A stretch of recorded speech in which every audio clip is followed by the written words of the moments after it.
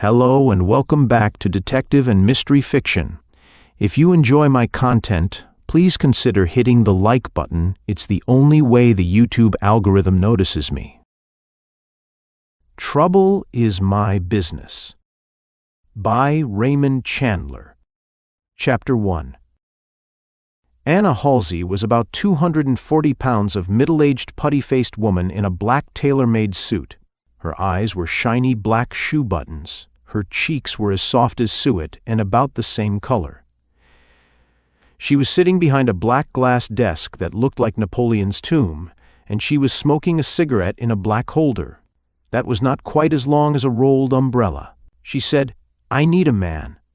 I watched her shake ash from the cigarette to the shiny top of the desk where flakes of it curled and crawled in the draft from an open window. I need a man good-looking enough to pick up a dame who has a sense of class, but he's got to be tough enough to swap punches with a power shovel. I need a guy who can act like a bar lizard and backchat like Fred Allen, only better, and get hit on the head with a beer truck, and think some cutie in the leg line topped him with a breadstick. It's a cinch, I said. You need the New York Yankees, Robert Donat, and the Yacht Club boys.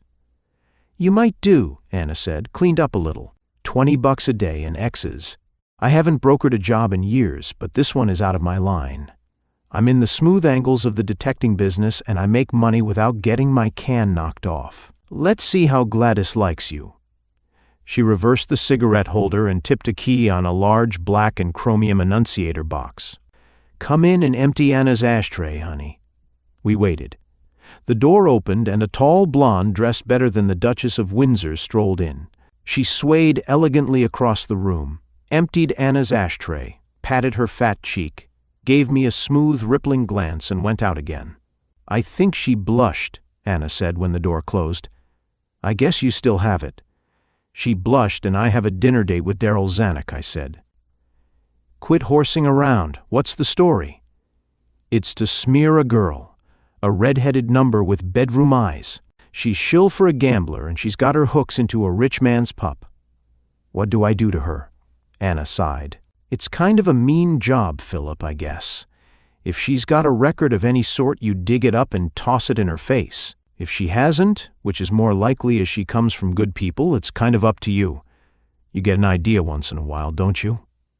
I can't remember the last one I had. What gambler and what rich man? Marty Estelle. I started to get up from my chair, then remembered that business had been bad for a month and that I needed the money. I sat down again. You might get into trouble, of course, Anna said. I never heard of Marty bumping anybody off in the public square at high noon, but he don't play with cigar coupons. Trouble is my business, I said. $25 a day and guarantee of $250 if I pull the job. I gotta make a little something for myself, Anna whined.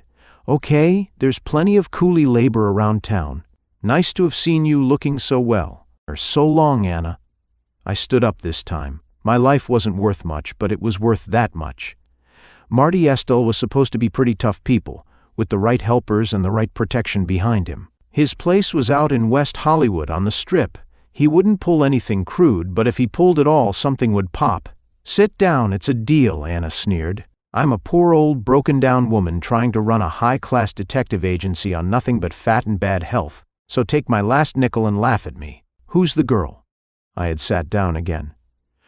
Her name is Harriet Huntress, a swell name for the part, too. She lives in the El Milano, 1900 block on North Sycamore, very high class.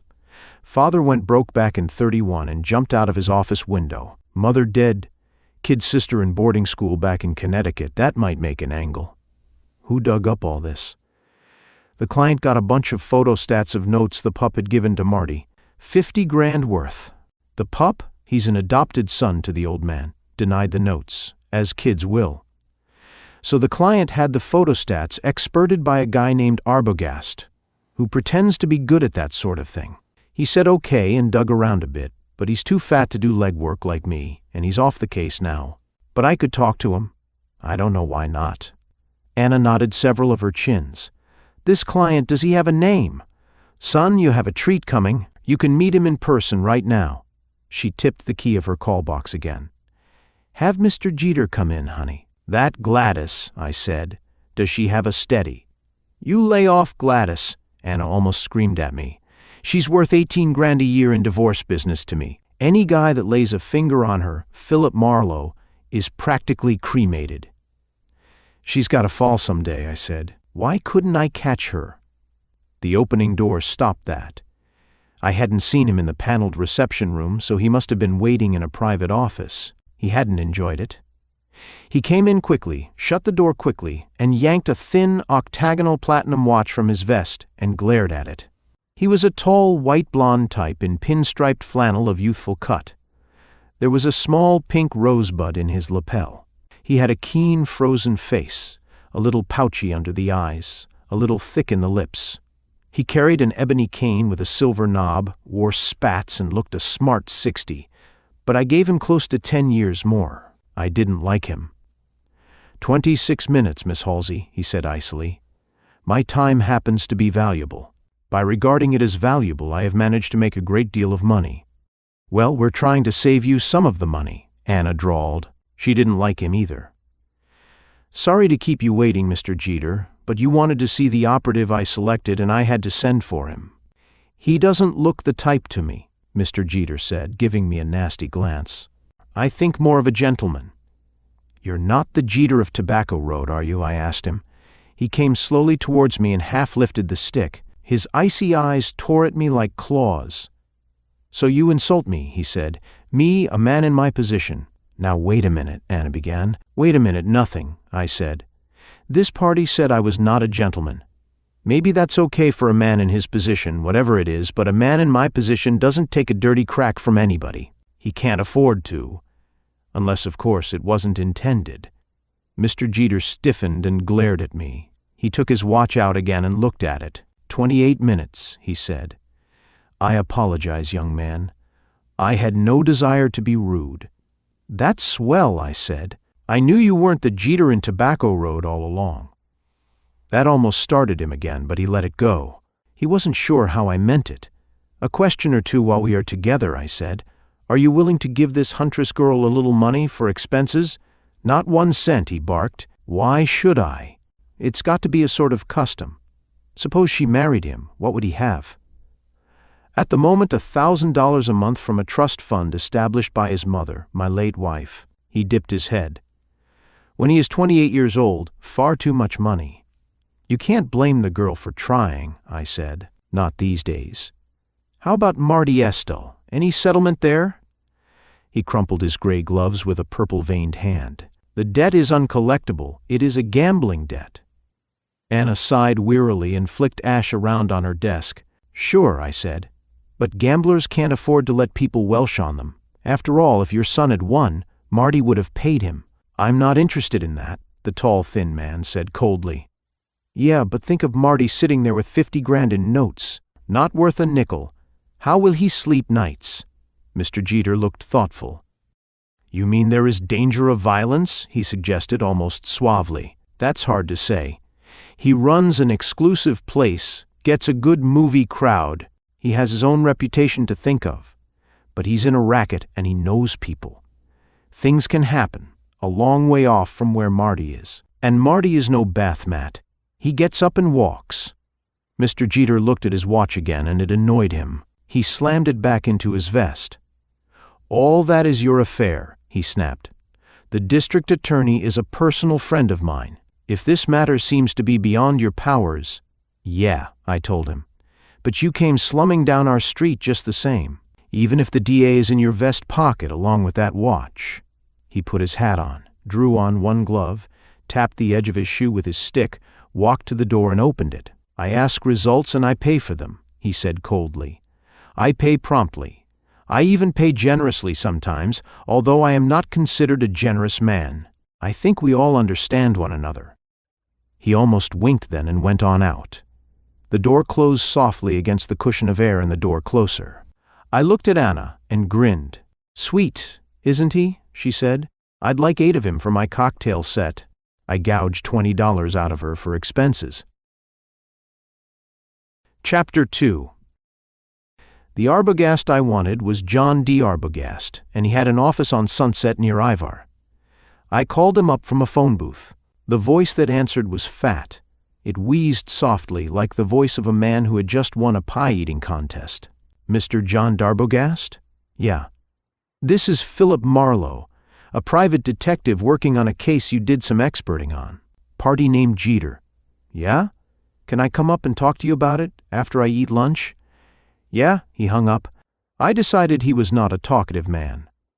I had lunch and drove out there. It was east of Ivar, an old two-story building faced with brick which had been painted recently. The street floor was stores and a restaurant. The building entrance was the foot of a wide straight stairway to the second floor. On the directory at the bottom I read, "John D. Arbogast, Suite 212. I went up the stairs and found myself in a wide straight hall that ran parallel with the street. A man in a smock was standing in an open doorway down to my right. He wore a round mirror strapped to his forehead and pushed back, and his face had a puzzled expression. He went back to his office and shut the door. I went the other way, about half the distance along the hall. A door on the side away from Sunset was lettered, "John Arbogast, Examiner of Questioned Documents, Private Investigator." Entered the door opened without resistance onto a small windowless anteroom with a couple of easy chairs, some magazines, 2 chromium smoking stands. There were 2 floor lamps and a ceiling fixture, all lighted. A door on the other side of the cheap but thick new rug was lettered, "John Arbogast, Examiner of Questioned Documents, Private." A buzzer had rung when I opened the outer door and gone on ringing until it closed. Nothing happened. Nobody was in the waiting room. The inner door didn't open. I went over and listened at the panel, no sound of conversation inside. I knocked. That didn't buy me anything either. I tried the knob. It turned, so I opened the door and went in. This room had 2 north windows, both curtained at the sides and both shut tight. There was dust on the sills. There was a desk, 2 filing cases, a carpet which was just a carpet, and walls which were just walls. To the left, another door with a glass panel was lettered, "John Arbogast, Laboratory, Private." I had an idea I might be able to remember the name. The room in which I stood was small. It seemed almost too small even for the pudgy hand that rested on the edge of the desk, motionless, holding a fat pencil like a carpenter's pencil. The hand had a wrist, hairless as a plate. A buttoned shirt cuff, not too clean, came down out of a coat sleeve. The rest of the sleeve dropped over the far edge of the desk out of sight. The desk was less than 6 feet long, so he couldn't have been a very tall man. The hand and the ends of the sleeves were all I saw of him from where I stood. I went quietly back through the anteroom and fixed its door so that it couldn't be opened from the outside, and put out the 3 lights and went back to the private office. I went around an end of the desk. He was fat all right, enormously fat, fatter by far than Anna Halsey. His face, what I could see of it, looked about the size of a basketball. It had a pleasant pinkness, even now. He was kneeling on the floor. He had his large head against the sharp inner corner of the knee-hole of the desk, and his left hand was flat on the floor with a piece of yellow paper under it. The fingers were outspread as much as such fat fingers could be, and the yellow paper showed between. He looked as if he were pushing hard on the floor, but he wasn't really. What was holding him up was his own fat. His body was folded down against his enormous thighs, and the thickness and fatness of them held him that way, kneeling, poised solid. It would have taken a couple of good blocking backs to knock him over. That wasn't a very nice idea at the moment, but I had it just the same. I took time out and wiped the back of my neck, although it was not a warm day. His hair was gray and clipped short, and his neck had as many folds as a concertina. His feet were small, as the feet of fat men often are, and they were in black shiny shoes which were sideways on the carpet and close together and neat and nasty. He wore a dark suit that needed cleaning. I leaned down and buried my fingers in the bottomless fat of his neck. He had an artery in there somewhere, probably, but I couldn't find it, and he didn't need it any more anyway. Between his bloated knees on the carpet a dark stain had spread and spread. I knelt in another place and lifted the pudgy fingers that were holding down the piece of yellow paper. They were cool, but not cold, and soft and a little sticky. The paper was from a scratch pad. It would have been very nice if it had had a message on it, but it hadn't. There were vague, meaningless marks, not words, not even letters. He had tried to write something after he was shot, perhaps even thought he was writing something, but all he managed was some hen scratches. He had slumped down then, still holding the paper, pinned it to the floor with his fat hand, held on to the fat pencil with his other hand, wedged his torso against his huge thighs, and so died. John D. Arbogast, examiner of questioned documents. Private, very damned private. He had said yeah to me 3 times over the phone, and here he was. I wiped doorknobs with my handkerchief, put off the lights in the anteroom, left the outer door so that it was locked from the outside, left the hallway, left the building, and left the neighborhood. So far as I could tell, nobody saw me go. So far as I could tell. Chapter 3. The El Milano was, as Anna had told me, in the 1900 block on North Sycamore. It was most of the block. I parked fairly near the ornamental forecourt and went along to the pale blue neon sign over the entrance to the basement garage. I walked down a railed ramp into a bright space of glistening cars and cold air. A trim, light-colored black man in a spotless coverall suit with blue cuffs came out of a glass office. His black hair was as smooth as a bandleader's. "Busy?" I asked him. "Yes and no, sir. I've got a car outside that needs a dusting. About $5 worth of dusting." It didn't work. He wasn't the type. His chestnut eyes became thoughtful and remote. "That is a good deal of dusting, sir. May I ask if anything else would be included?" "A little. Is Miss Harriet Huntress's car in?" He looked. I saw him look along the glistening row at a canary-yellow convertible which was about as inconspicuous as a privy on the front lawn. "Yes, sir, it is in. I'd like her apartment number and a way to get up there without going through the lobby. I'm a private detective." I showed him a buzzer. He looked at the buzzer. It failed to amuse him. He smiled the faintest smile I ever saw. $5 is nice money, sir, to a working man. It falls a little short of being nice enough to make me risk my position. About from here to Chicago short, sir. I suggest that you save your $5, sir, and try the customary mode of entry." "You're quite a guy," I said. "What are you going to be when you grow up, a 5-foot shelf?" "I am already grown up, sir. I am 34 years old, married happily, and have 2 children. Good afternoon, sir." He turned on his heel. "Well, goodbye," I said, "and pardon my whiskey breath. I just got in from Butte." I went back up along the ramp and wandered along the street to where I should have gone in the first place. I might have known that $5 and a buzzer wouldn't buy me anything in a place like the El Milano. The black man was probably telephoning the office right now. The building was a huge white stucco affair, Moorish in style, with great fretted lanterns in the forecourt and huge date palms. The entrance was at the inside corner of an L, up marble steps, through an arch framed in California or dishpan mosaic. A doorman opened the door for me, and I went in. The lobby was not quite as big as the Yankee Stadium. It was floored with a pale blue carpet with sponge rubber underneath. It was so soft it made me want to lie down and roll. I waded over to the desk and put an elbow on it, and was stared at by a pale, thin clerk with one of those mustaches that get stuck under your fingernail. He toyed with it and looked past my shoulder at an Alibaba oil jar big enough to keep a tiger in.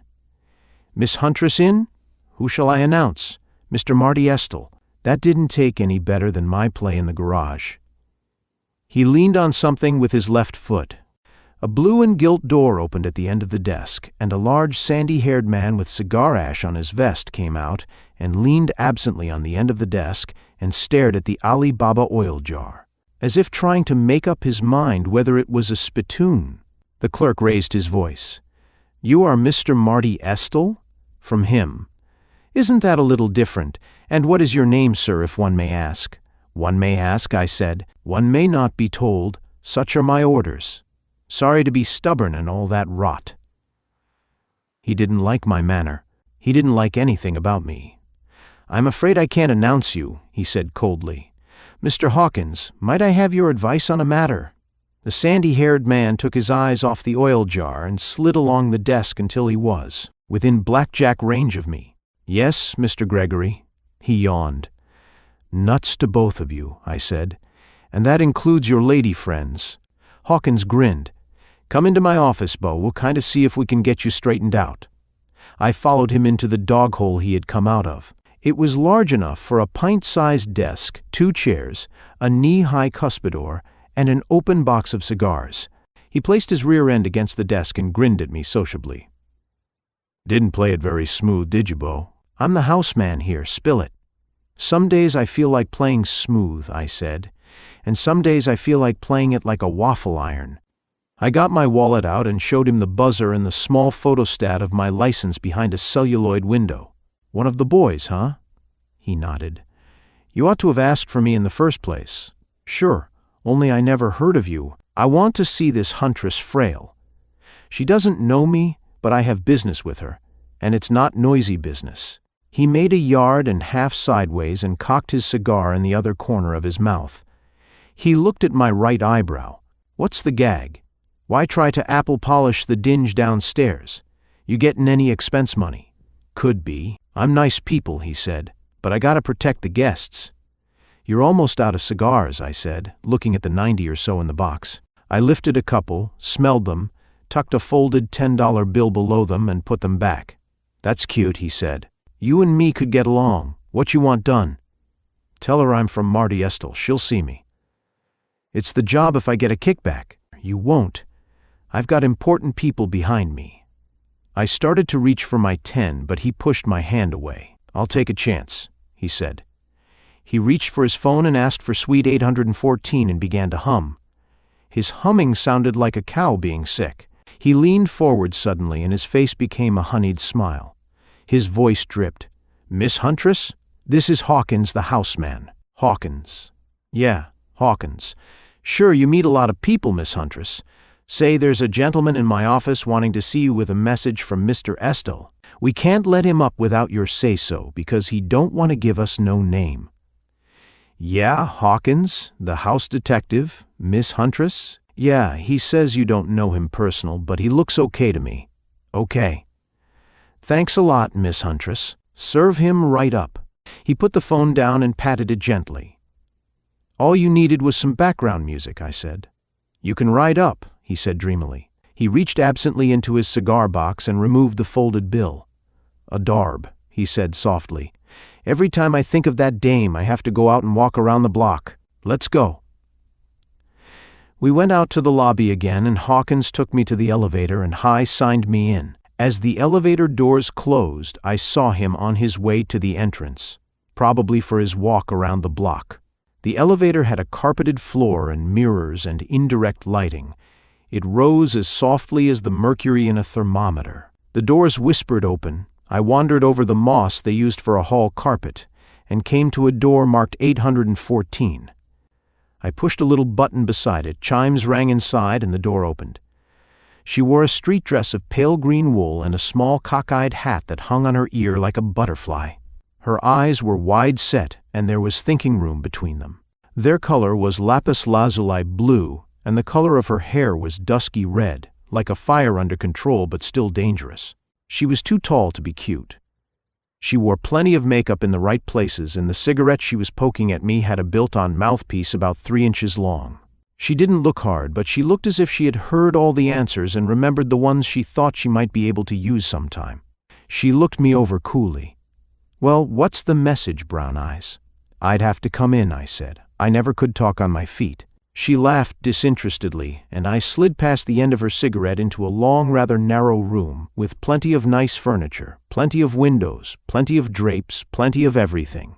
A fire blazed behind a screen, a big log on top of a gas teaser. There was a silk oriental rug in front of a nice rose davenport in front of the nice fire, and beside that there was scotch and swish on a tabouret, ice in a bucket, everything to make a man feel at home. You'd better have a drink, she said. You probably can't talk without a glass in your hand. I sat down and reached for the scotch. The girl sat in a deep chair and crossed her knees. I thought of Hawkins walking around the block. I could see a little something in his point of view. So you're from Marty Estelle, she said, refusing a drink. Never met him. I had an idea to that effect. What's the racket, bum? Marty will love to hear how you used his name. I'm shaking in my shoes. What made you let me up? Curiosity. I've been expecting lads like you any day. I never dodge trouble. Some kind of a dick, aren't you? I lit a cigarette and nodded. Private, I have a little deal to propose. Propose it, she yawned. How much will you take to lay off young Jeter? She yawned again. You interest me so little I could hardly tell you. Don't scare me to death. Honest, how much are you asking? Or is that an insult? She smiled. She had a nice smile. She had lovely teeth. I'm a bad girl now, she said. I don't have to ask. They bring it to me, tied up with ribbon. The old man's a little tough. They say he draws a lot of water. Water doesn't cost much. I nodded and drank some more of my drink. It was good scotch. In fact, it was perfect.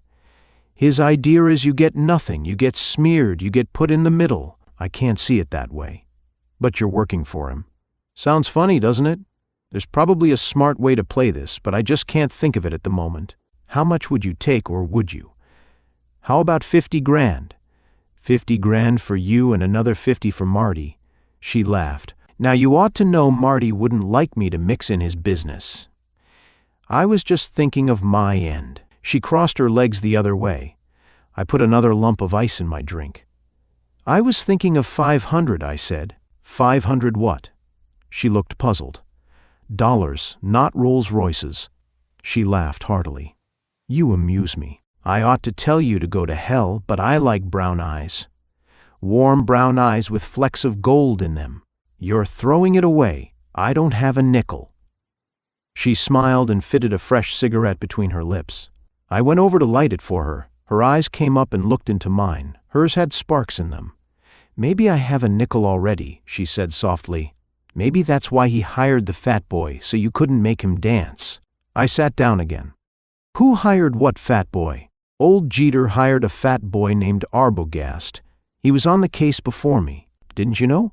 He got bumped off this afternoon. I said it quite casually for the shock effect, but she didn't move. The provocative smile didn't leave the corners of her lips. Her eyes didn't change. She made a dim sound with her breath. Does it have to have something to do with me? She asked quietly. I don't know. I don't know who murdered him. It was done in his office, around noon or a little later. It may not have anything to do with the Jeter case, but it happened pretty pat, just after I had been put on the job and before I got a chance to talk to him. She nodded. I see. And you think Marty does things like that. And of course you told the police. Of course I did not. You're giving away a little weight there, brother. Yeah, but let's get together on a price, and it had better be low, because whatever the cops do to me, they'll do plenty to Marty Estelle and you when they get the story, if they get it. A little spot of blackmail, the girl said coolly. I think I might call it that.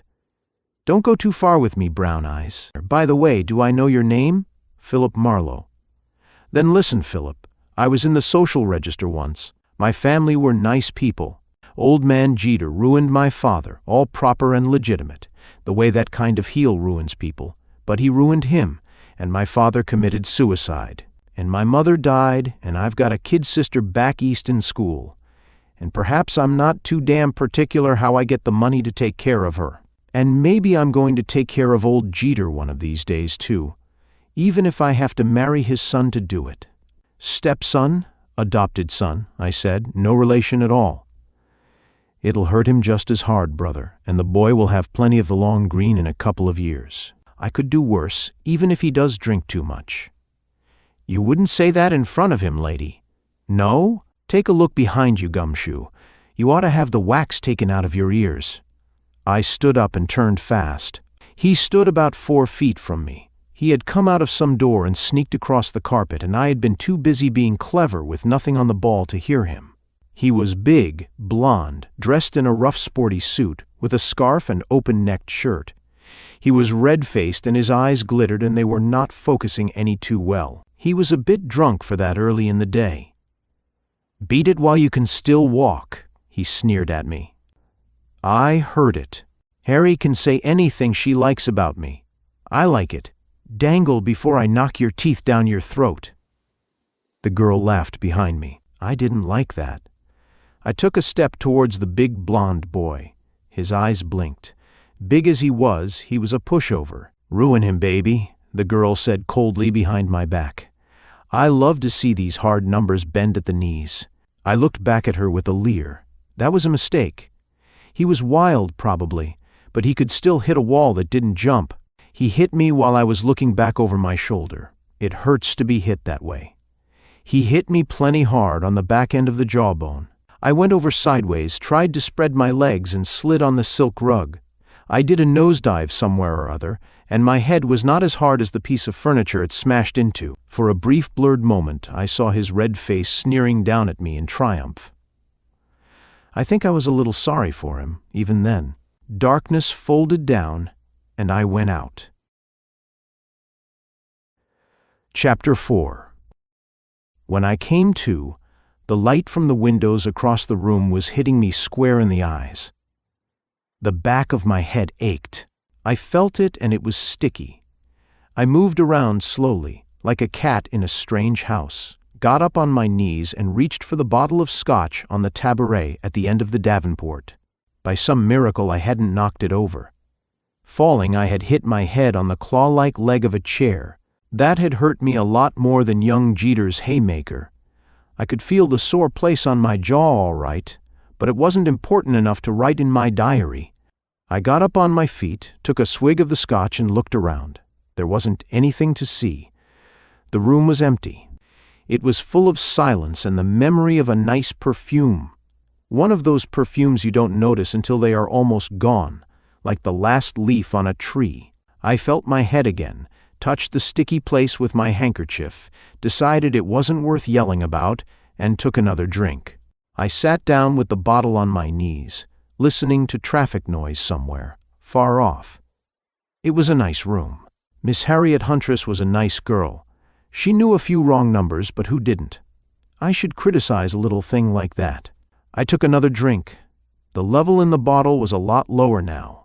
It was smooth and you hardly noticed it going down. It didn't take half your tonsils with it, like some of the stuff I had to drink. I took some more. My head felt all right now. I felt fine. I felt like singing the prologue to Pagliacci. Yes, she was a nice girl. If she was paying her own rent, she was doing right well. I was for her. She was swell. I used some more of her scotch. The bottle was still half full. I shook it gently, stuffed it in my overcoat pocket, put my hat somewhere on my head, and left. I made the elevator without hitting the walls on either side of the corridor, floated downstairs, strolled out into the lobby. Hawkins, the house dick, was leaning on the end of the desk again, staring at the Alibaba oil jar. The same clerk was nuzzling at the same itsy-bitsy mustache. I smiled at him. He smiled back. Hawkins smiled at me. I smiled back. Everybody was swell. I made the front door the first time and gave the doorman 2 bits and floated down the steps and along the walk to the street in my car. The swift California twilight was falling. It was a lovely night. Venus in the west was as bright as a street lamp, as bright as life, as bright as Miss Huntress's eyes, as bright as a bottle of scotch. That reminded me. I got the square bottle out and tapped it with discretion, corked it, and tucked it away again. There was still enough to get home on. I crashed 5 red lights on the way back, but my luck was in and nobody pinched me. I parked more or less in front of my apartment house and more or less near the curb. I rode to my floor in the elevator, had a little trouble opening the doors, and helped myself out with my bottle. I got the key into my door and unlocked it and stepped inside and found the light switch. I took a little more of my medicine before exhausting myself any further. Then I started for the kitchen to get some ice and ginger ale for a real drink. I thought there was a funny smell in the apartment. Nothing I could put a name to offhand, a sort of medicinal smell. I hadn't put it there and it hadn't been there when I went out. But I felt too well to argue about it. I started for the kitchen, got about halfway there. They came out at me, almost side by side, from the dressing room beside the wall bed, 2 of them with guns. The tall one was grinning. He had his hat low on his forehead, and he had a wedge-shaped face that ended in a point, like the bottom half of the ace of diamonds. He had dark, moist eyes and a nose so bloodless that it might have been made of white wax. His gun was a Colt Woodsman with a long barrel and the front sight filed off. That meant he thought he was good. The other was a little terrier like Punk with bristly reddish hair and no hat and watery blank eyes and bat ears and small feet in dirty white sneakers. He had an automatic that looked too heavy for him to hold up, but he seemed to like holding it. He breathed open-mouthed and noisily, and the smell I had noticed came from him in waves, menthol. "Reach, you bastard," he said.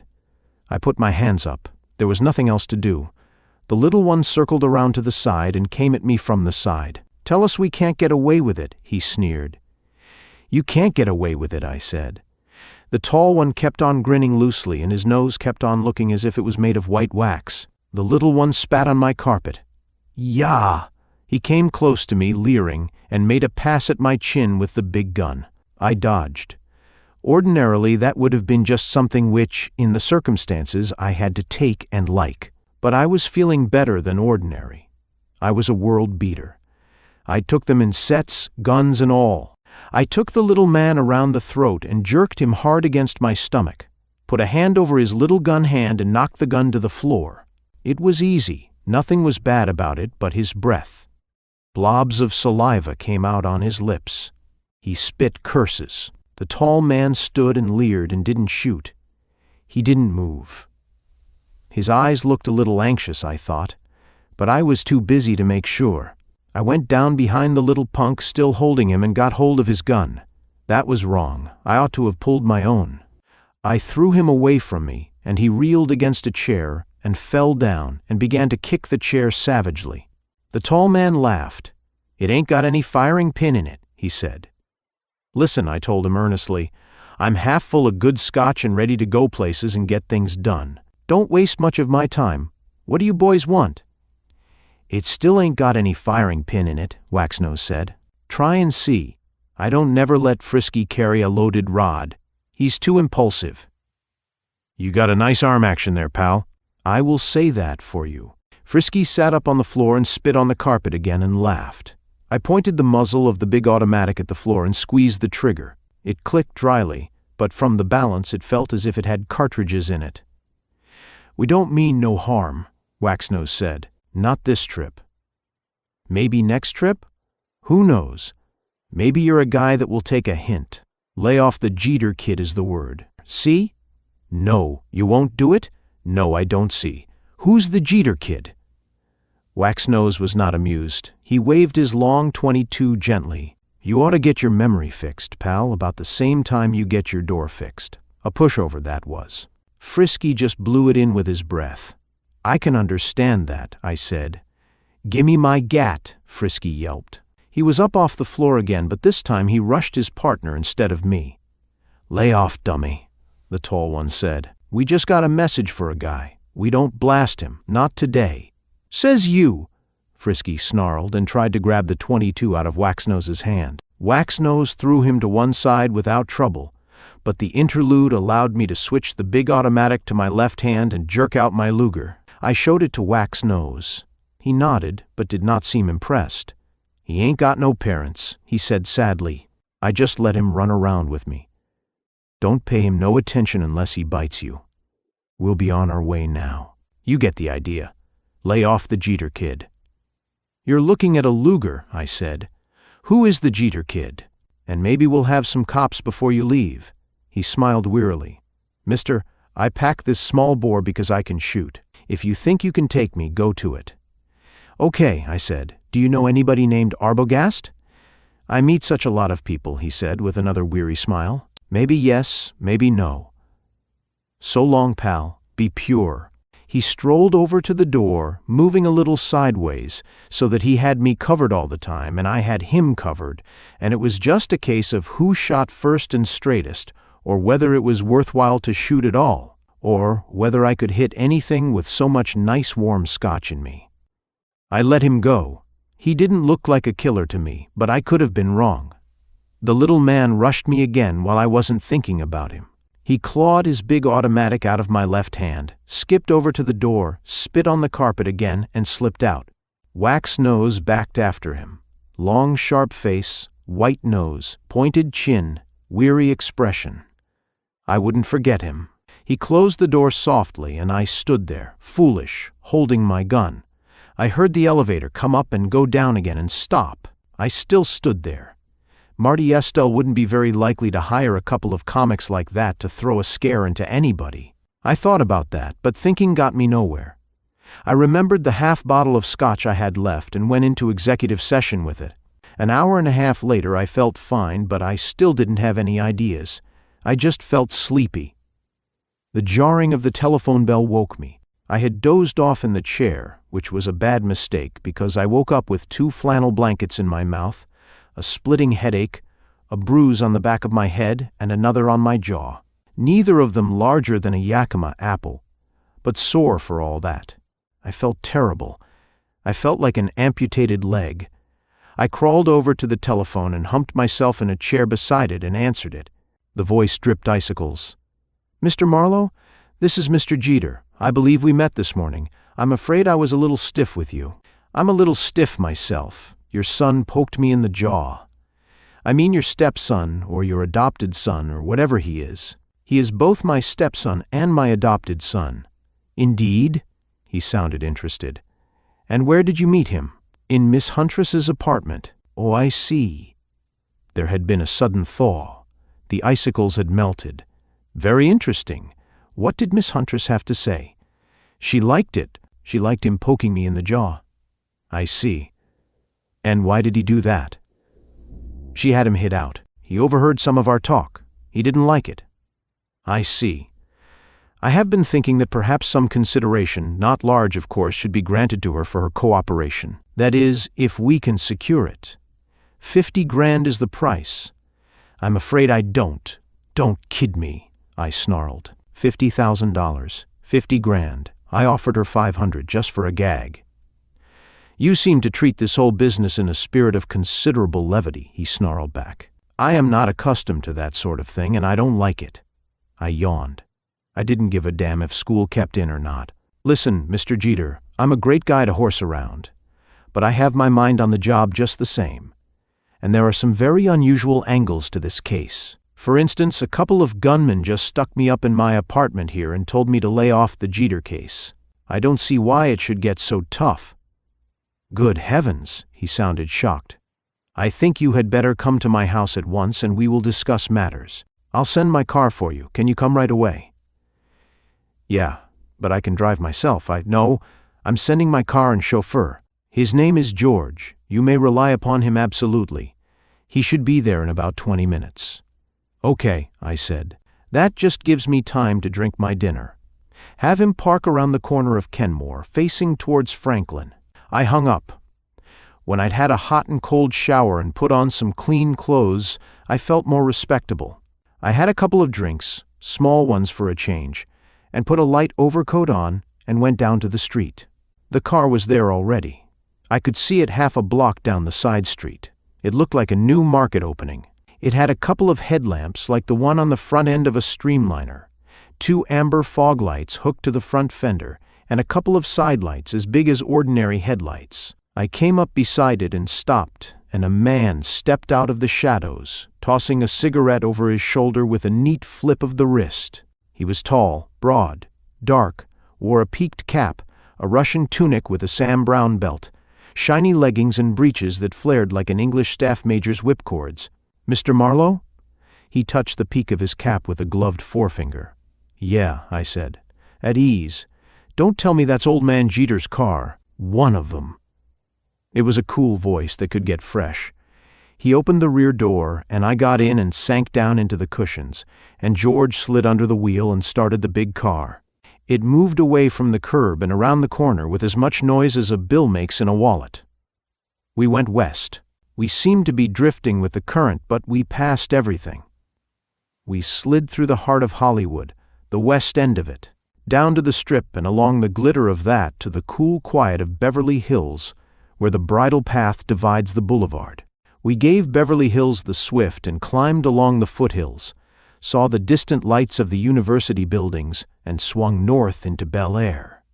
We began to slide up long, narrow streets with high walls and no sidewalks and big gates. Lights on mansions glowed politely through the early night. Nothing stirred. There was no sound but the soft purr of the tires on concrete. We swung left again, and I caught a sign which read Calvello Drive. Halfway up this, George started to swing the car wide to make a left turn in at a pair of 12-foot wrought iron gates. Then something happened. A pair of lights flared suddenly just beyond the gates, and a horn screeched, and a motor raced. A car charged at us fast. George straightened out with a flick of the wrist, braked the car, and slipped off his right glove, all in one motion.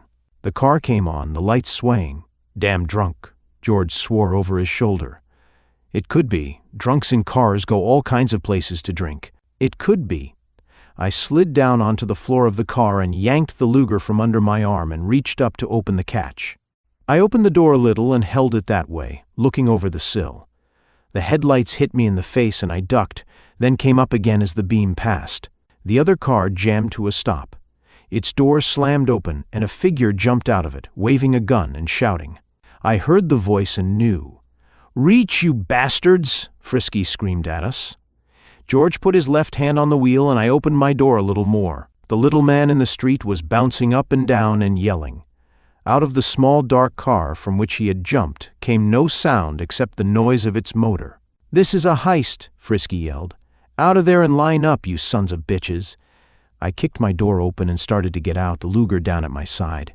"You asked for it," the little man yelled. I dropped, fast. The gun in his hand belched flame. Somebody must have put a firing pin in it. Glass smashed behind my head. Out of the corner of my eye, which oughtn't to have had any corners at that particular moment, I saw George make a movement as smooth as a ripple of water.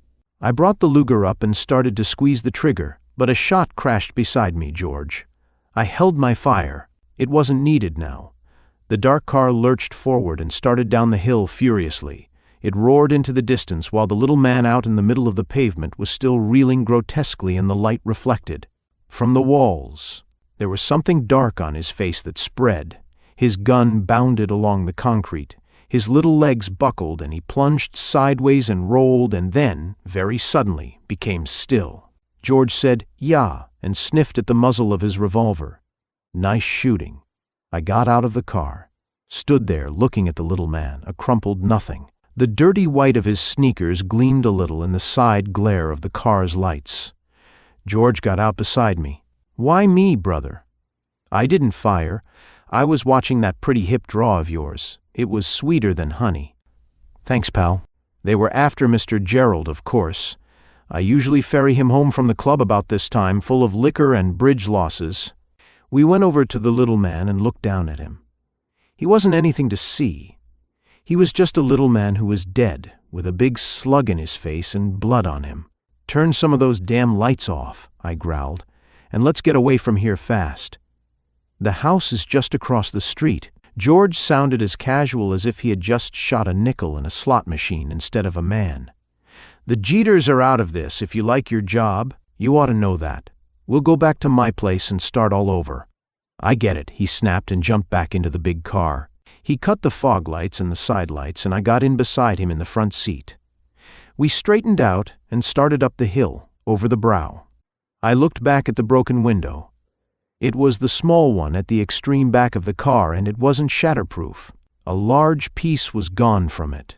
They could fit that, if they got around to it, and make some evidence. I didn't think it would matter, but it might. At the crest of the hill, a large limousine passed us going down. Its dome light was on, and in the interior, as in a lighted showcase, an elderly couple sat stiffly, taking the royal salute. The man was in evening clothes, with a white scarf and a crush hat. The woman was in furs and diamonds. George passed them casually, gunned the car, and we made a fast right turn into a dark street. "There's a couple of good dinners all shot to hell," he drawled, "and I bet they don't even report it." "Yeah. Let's get back home and have a drink," I said. I never really got to like killing people. Chapter 5. We sat with some of Miss Harriet Huntress's scotch in our glasses and looked at each other across the rims. George looked nice with his cap off. His head was clustered over with wavy dark brown hair and his teeth were very white and clean. He sipped his drink and nibbled a cigarette at the same time. His snappy black eyes had a cool glitter in them. "Yale?" I asked. "Dartmouth, if it's any of your business." "Everything's my business. What's a college education worth these days?" "3 squares and a uniform," he drawled. "What kind of guy is young Jeter?" "Big blonde bruiser, plays a fair game of golf, thinks he's hell with the women, drinks heavy but hasn't sicked up on the rug so far." "What kind of guy is old Jeter?" "He'd probably give you a dime if he didn't have a nickel with him." "Tisk, tisk, you're talking about your boss." George grinned. "He's so tight his head squeaks when he takes his hat off. I always took chances. Maybe that's why I'm just somebody's driver. This is good scotch." I made another drink, which finished the bottle. I sat down again. "You think those 2 gunnies were stashed out for Mr. Gerald?" "Why not? I usually drive him home about that time. Didn't today. He had a bad hangover and didn't go out until late." "You're a dick. You know what it's all about, don't you?" "Who told you I was a dick?" "Nobody but a dick ever asks so goddamn many questions." I shook my head. I've asked you just 6 questions. Your boss has a lot of confidence in you. He must have told you." The dark man nodded, grinned faintly, and sipped. "The whole setup is pretty obvious," he said. "When the car started to swing for the turn into the driveway, these boys went to work. I don't figure they meant to kill anybody somehow. It was just a scare. Only that little guy was nuts." I looked at George's eyebrows. They were nice black eyebrows, with a gloss on them like horsehair. "It doesn't sound like Marty Estelle to pick that sort of helpers." "Sure. Maybe that's why he picked that sort of helpers. You're smart. You and I can get along. But shooting that little punk makes it tougher. What will you do about that?" "Nothing." "Okay. If they get to you and tie it to your gun, if you still have the gun, which you probably won't, I suppose it will be passed off as an attempted stick-up. There's just one thing." "What?" George finished his second drink, laid the glass aside, lit a fresh cigarette, and smiled. "It's pretty hard to tell a car from in front, at night, even with all those lights. It might have been a visitor." He shrugged and nodded. "But if it's a scare, that would do just as well, because the family would hear about it and the old man would guess whose boys they were and why." "Hell, you really are smart," I said admiringly, and the phone rang. It was an English butler voice, very clipped and precise, and it said that if I was Mr. Philip Marlowe, Mr. Jeter would like to speak to me. He came on at once, with plenty of frost. "I must say that you take your time about obeying orders," he barked. "Or hasn't that chauffeur of mine?" "Yeah, he got here, Mr. Jeter," I said. "But we ran into a little trouble. George will tell you." "Young man, when I want something done. Listen, Mr. Jeter, I've had a hard day. Your son punched me on the jaw and I fell and cut my head open. When I staggered back to my apartment, more dead than alive, I was stuck up by a couple of hard guys with guns who told me to lay off the Jeter case. I'm doing my best, but I'm feeling a little frail, so don't scare me." "Young man, listen," I told him earnestly.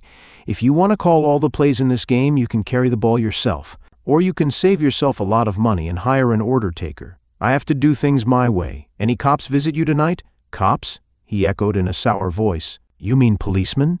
"By all means, I mean policemen."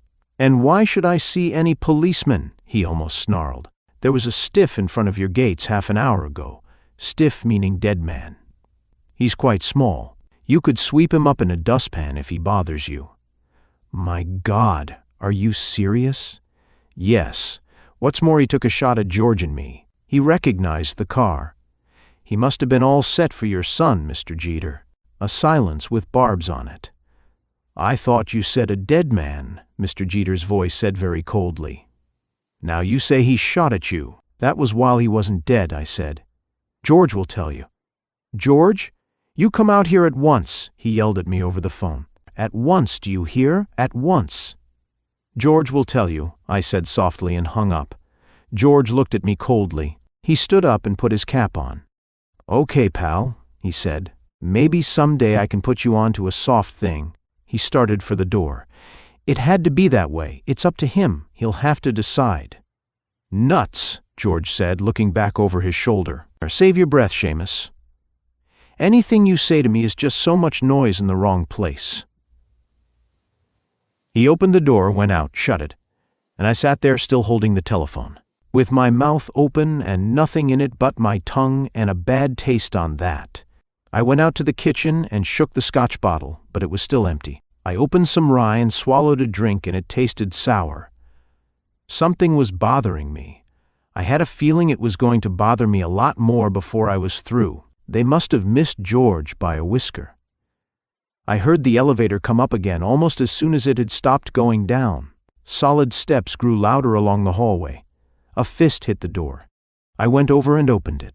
One was in brown, one in blue, both large, hefty, and bored. The one in brown pushed his hat back on his head with a freckled hand and said, "You Philip Marlowe?" "Me," I said. They rode me back into the room without seeming to. The one in blue shut the door. The one in brown palmed a shield and let me catch a glint of the gold and enamel. "Finlayson, Detective Lieutenant working out of Central Homicide," he said. "This is Siebold, my partner. We're a couple of swell guys not to get funny with. We hear you're kind of sharp with a gun." Siebold took his hat off and dusted his salt and pepper hair back with the flat of his hand. He drifted noiselessly out to the kitchen. Finlayson sat down on the edge of a chair and flicked his chin with a thumbnail, as square as an ice cube and yellow as a mustard plaster. He was older than Siebold, but not so good-looking. He had the frowsy expression of a veteran cop who hadn't got very far. I sat down. I said, "How do you mean sharp with a gun?" "Shooting people is how I mean." I lit a cigarette. Siebold came out of the kitchen and went into the dressing room behind the wall bed.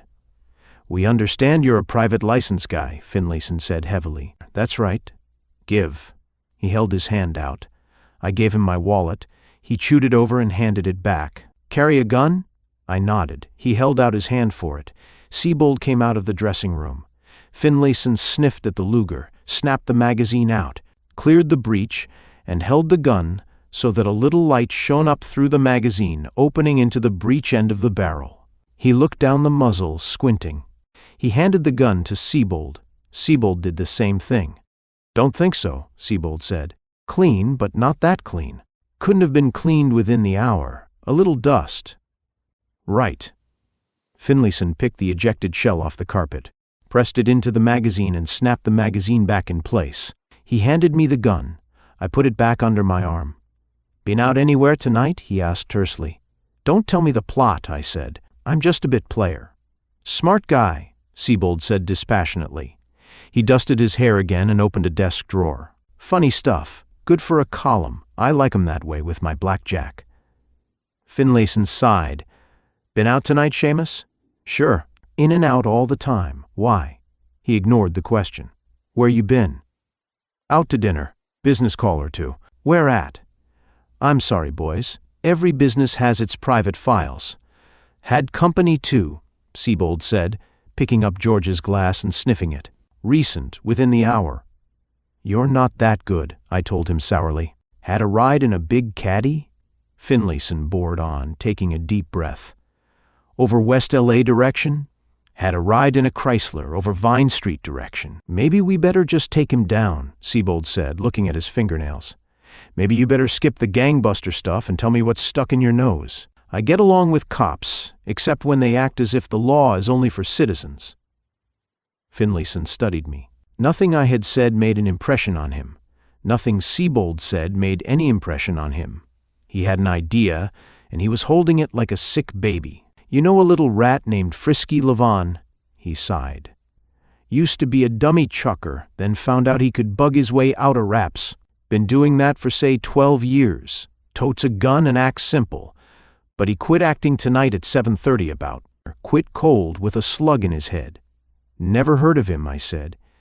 "You bumped anybody off tonight?"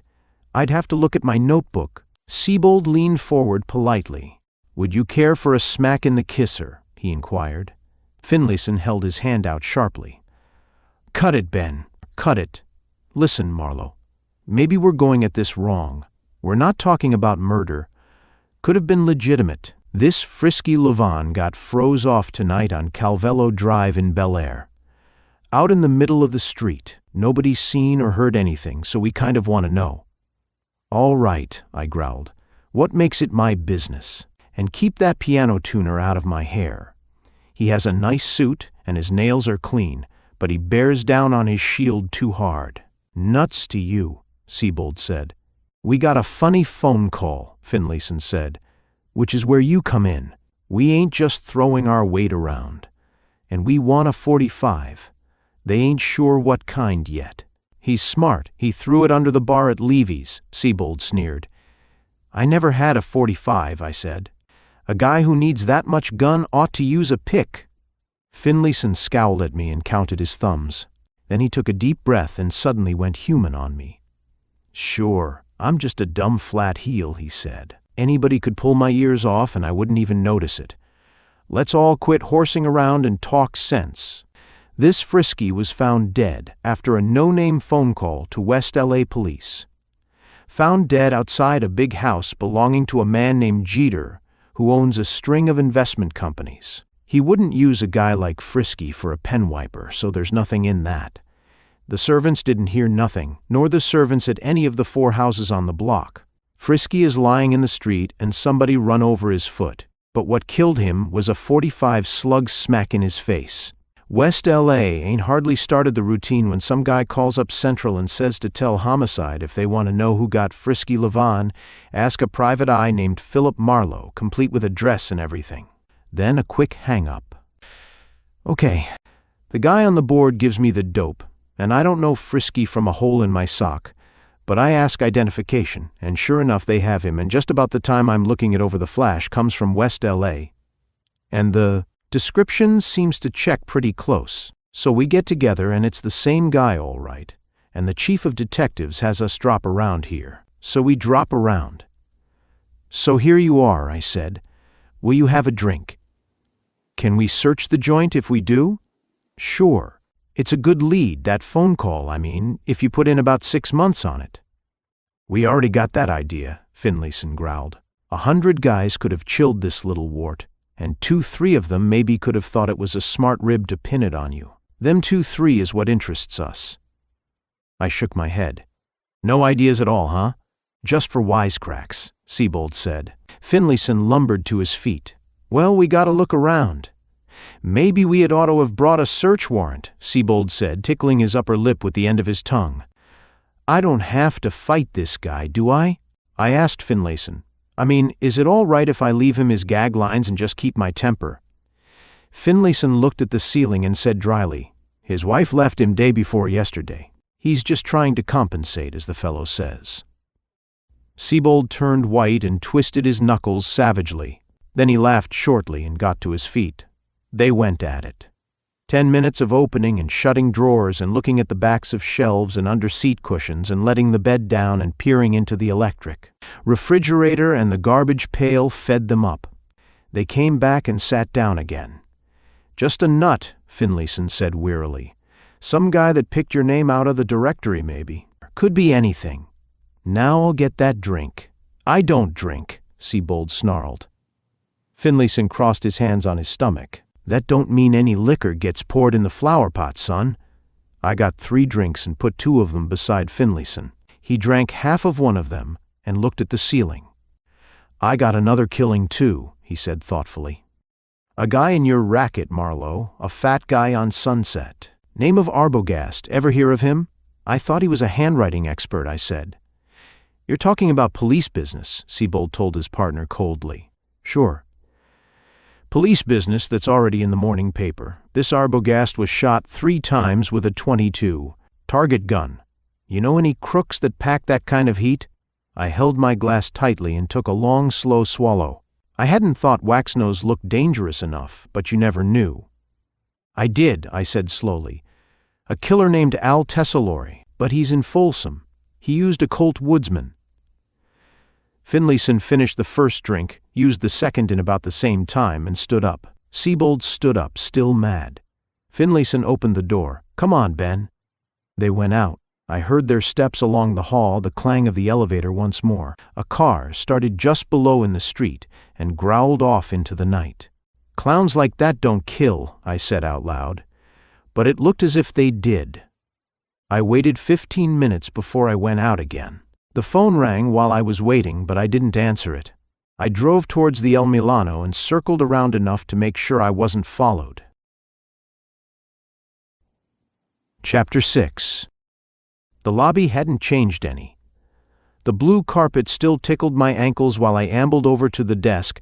The same pale clerk was handing a key to a couple of horse-faced females in tweeds, and when he saw me he put his weight on his left foot again, and the door at the end of the desk popped open and out popped the fat and erotic Hawkins, with what looked like the same cigar stub in his face. He hustled over and gave me a big warm smile this time, took hold of my arm. "Just the guy I was hoping to see," he chuckled. "Let's us go upstairs a minute." "What's the matter?" "Matter?" His smile became broad as the door to a 2-car garage. "Nothing ain't the matter. This way." He pushed me into the elevator and said 8 in a fat, cheerful voice, and up we sailed and out we got and slid along the corridor. Hawkins had a hard hand and knew where to hold an arm. I was interested enough to let him get away with it. He pushed the buzzer beside Miss Huntress's door, and Big Ben chimed inside, and the door opened, and I was looking at a deadpan in a derby hat and a dinner coat. He had his right hand in the side pocket of the coat, and under the derby a pair of scarred eyebrows, and under the eyebrows a pair of eyes that had as much expression as the cap on a gas tank. The mouth moved enough to say, "Yeah?" "Company for the boss," Hawkins said expansively. "What company?" "Let me play too," I said. "Limited liability company. Gimme the apple." "Huh?" The eyebrows went this way and that, and the jaw came out. "Nobody ain't kiddin' anybody, I hope." Now, gents," Hawkins began. A voice behind the derby-hatted man interrupted him. "What's the matter, Beef?" "He's in a stew," I said. "Listen, Mug. Now, gents," as before. "Ain't nothin' the matter," Beef said, throwing his voice over his shoulder as if it were a coil of rope. "The Hotel Dick got a guy up here, and he says he's company." "Show the company in, Beef." I liked this voice. It was smooth quiet, and you could have cut your name in it with a 30-pound sledge and a cold chisel.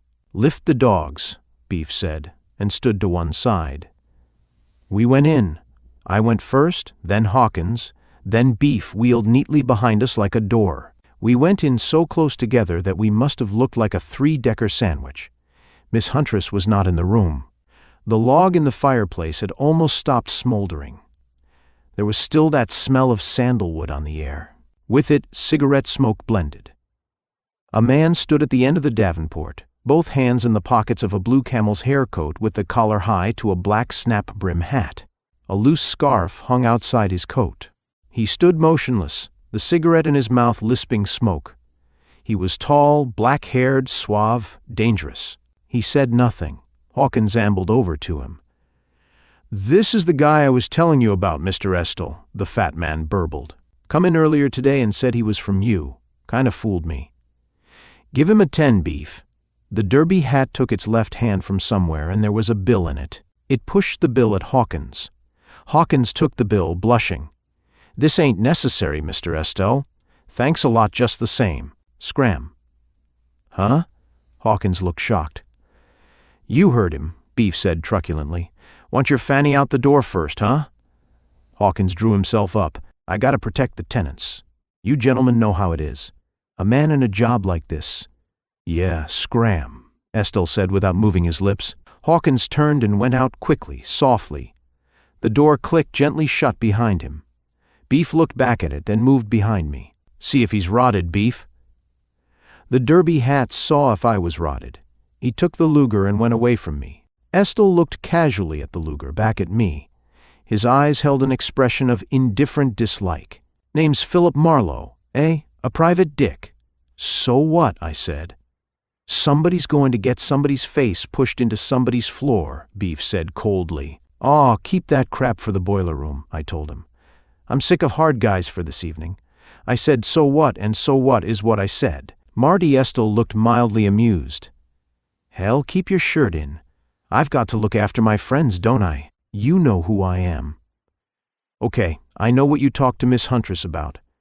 And I know something about you that you don't know I know." "All right," I said. This fat slob Hawkins collected 10 from me for letting me up here this afternoon, knowing perfectly well who I was, and he has just collected 10 from your Iron Man for slipping me the nasty. Give me back my gun, and tell me what makes my business your business." "Plenty. First off, Harriet's not home. We're waiting for her on account of a thing that happened. I can't wait any longer. Got to go to work at the club, so what did you come after this time?" "Looking for the Jeter boy. Somebody shot at his car tonight. From now on, he needs somebody to walk behind him." "You think I play games like that?" Estelle asked me coldly. I walked over to a cabinet and opened it and found a bottle of scotch. I twisted the cap off, lifted a glass from the tabouret and poured some out. I tasted it. It tasted all right. I looked around for ice, but there wasn't any. It had all melted long since in the bucket. "I asked you a question," Estelle said gravely. "I heard it. I'm making my mind up. The answer is, I wouldn't have thought it, no. But it happened, I was there. I was in the car instead of young Jeter. His father had sent for me to come to the house to talk things over." "What things?" I didn't bother to look surprised. "You hold 50 grand of the boy's paper. That looks bad for you. If anything happens to him, I don't figure it that way, because that way I would lose my dough.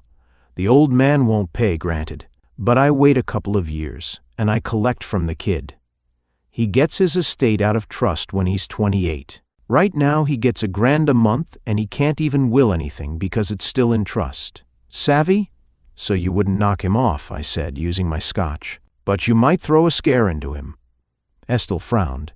He discarded his cigarette into a tray and watched it smoke a moment before he picked it up again and snubbed it out. He shook his head. "If you're going to bodyguard him, it would almost pay me to stand part of your salary, wouldn't it? Almost. A man in my racket can't take care of everything. He's of age, and it's his business who he runs around with. For instance, women. Any reason why a nice girl shouldn't cut herself a piece of $5 million? I said, "I think it's a swell idea. What was it you knew about me that I didn't know you knew?" He smiled faintly. "What was it you were waiting to tell Miss Huntress? The thing that happened?" He smiled faintly again. "Listen, Marlowe, there are lots of ways to play any game. I play mine on the house percentage because that's all I need to win. What makes me get tough?" I rolled a fresh cigarette around in my fingers and tried to roll it around my glass with 2 fingers. "Who said you were tough? I always heard the nicest things about you." Marty Estelle nodded and looked faintly amused. "I have sources of information," he said quietly. "When I have 50 grand invested in a guy, I'm apt to find out a little about him. Jeter hired a man named Arbogast to do a little work. Arbogast was killed in his office today with a .22. That could have nothing to do with Jeter's business. But there was a tail on you when you went there, and you didn't give it to the law. Does that make you and me friends?" I licked the edge of my glass, nodded. "It seems it does. From now on, just forget about bothering Harriet, see?" "Okay. So we understand each other real good now." "Yeah." "Well, I'll be going. Give the guy back his Luger beef." The derby hat came over and smacked my gun into my hand hard enough to break a bone. "Staying?" Estelle asked, moving towards the door. "I guess I'll wait a little while, until Hawkins comes up to touch me for another 10. Estelle grinned. Beef walked in front of him, wooden face to the door, and opened it. Estelle went out. The door closed. The room was silent. I sniffed at the dying perfume of sandalwood and stood motionless, looking around. Somebody was nuts. I was nuts. Everybody was nuts. None of it fitted together worth a nickel. Marty Estelle, as he said, had no good motive for murdering anybody, because that would be the surest way to kill chances to collect his money. Even if he had a motive for murdering anybody, Waxnose and Frisky didn't seem like the team he would select for the job. I was in bad with the police. I had spent $10 of my 20 expense money, and I didn't have enough leverage anywhere to lift a dime off a cigar counter. I finished my drink, put the glass down, walked up and down the room, smoked a 3rd cigarette, looked at my watch, shrugged, and felt disgusted. The inner doors of the suite were closed. I went across to the one out of which young Jeter must have sneaked that afternoon. Opening it, I looked into a bedroom done in ivory and ashes of roses. There was a big double bed with no footboard, covered with figured brocade. Toilet articles glistened on a built-in dressing table with a panel light. The light was lit. A small lamp on a table beside the door was lit also. A door near the dressing table showed the cool green of bathroom tiles. I went over and looked in there. Chromium, a glass stall shower, monogrammed towels on a rack, a glass shelf for perfume and bath salts at the foot of the tub, everything nice and refined. Miss Huntress did herself well.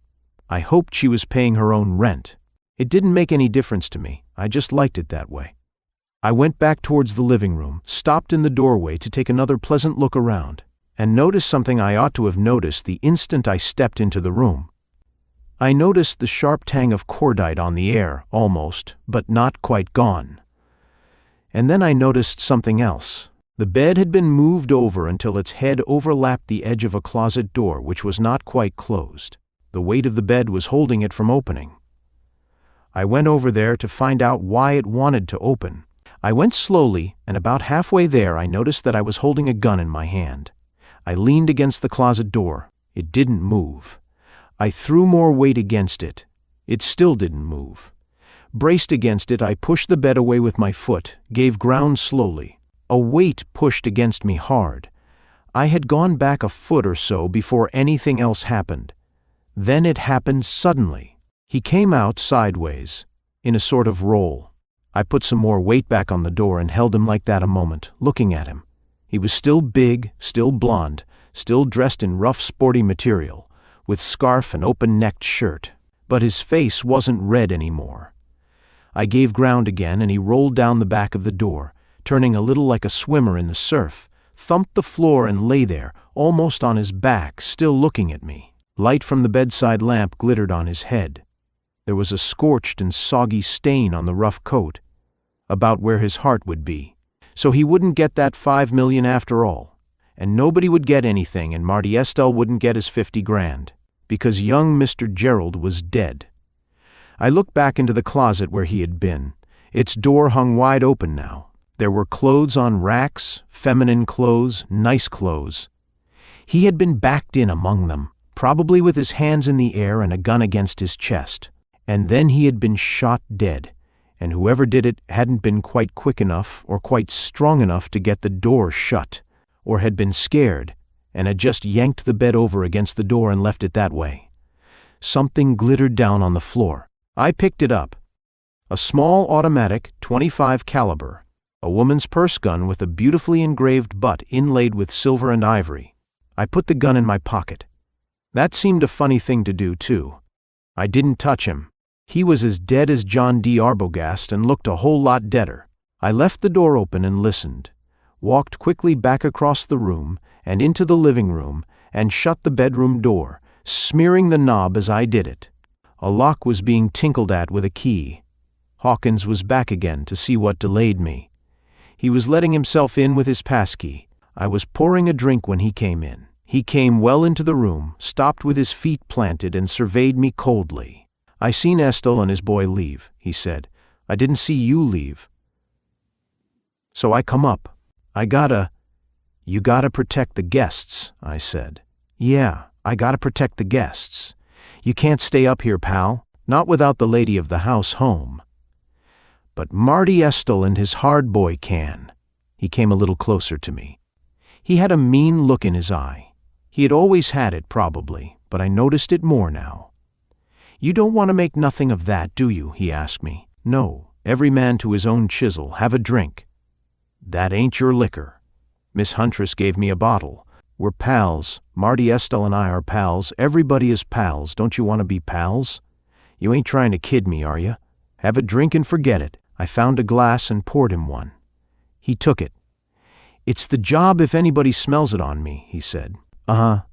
He drank slowly, rolling it around on his tongue. "Good scotch. Won't be the first time you tasted it, will it?" He started to get hard again, then relaxed. "Hell, I guess you're just a kidder." He finished the drink, put the glass down, patted his lips with a large and very crumpled handkerchief, and sighed. "Okay," he said, "but we'll have to leave now." "All set. I guess she won't be home for a while. You see them go out? Her and the boyfriend. Yeah, long time ago. I nodded.